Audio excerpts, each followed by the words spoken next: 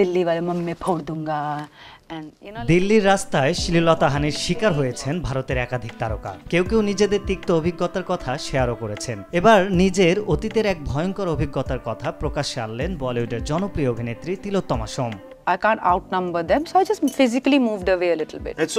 সম্প্রতি একটি সাক্ষাৎকারে নিজের এই ভয়ঙ্কর অভিজ্ঞতার কথা জানিয়েছেন তিলোত্তমা। তিনি সেখানে বলেন, এক সন্ধ্যায় তিনি বাসের জন্য অপেক্ষা করছিলেন, কিন্তু দুর্ভাগ্যবশত কোনো বাস তিনি পাচ্ছিলেন না। এদিকে রাতও হয়ে আসছিল।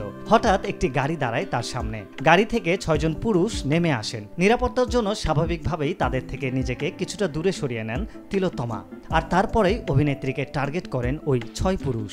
তিলোত্তমা আরও বলেন, এরপরই তারা আমাকে মৌখিকভাবে হেনস্থা শুরু করেন। কেউ কেউ ওদের মধ্যে পাথর ছড়ে, আবার কেউ কেউ খারাপ নামে ডাকতে থাকে। তিলোত্তমা আরও একটু দূরে সরে যান। এরপরই তিনি বুঝতে পারেন তাকে এখান থেকে তাড়াতাড়ি চলে যেতে হবে। কিন্তু তিলোত্তমা এটাও বুঝতে পারেন তিনি যদি দৌড়ান তাহলে তারা পিছু নেবে। বাধ্য হয়ে রাস্তার মাঝে এসে দাঁড়ান তিলোত্তমা, কিন্তু কোনো গাড়ি দাঁড়াচ্ছিল না। অবশেষে দেখেন একটি গাড়ি এসে দাঁড়িয়েছে। গাড়ির সামনের আসনে গিয়েই বসেন তিনি, কিন্তু বুঝতে পারেননি তার জন্য আরও বিপদ অপেক্ষা করছে।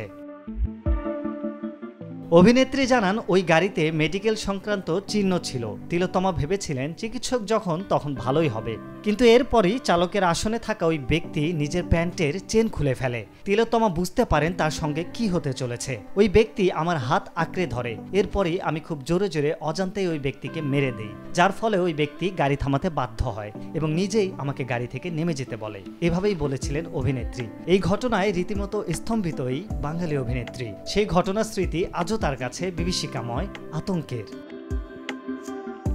তিলোত্তমাকে সর্বশেষ দেখা গেছে ত্রিভুবন মিশ্র সিএ টপার চলচ্চিত্রে। এছাড়া জিতেন্দ্র কুমারের সঙ্গে কোটা ফ্যাক্টরির সর্বশেষ সিজনেও অভিনয় করেছেন তিলোত্তমা। আরিফ হক, মাই টিভি।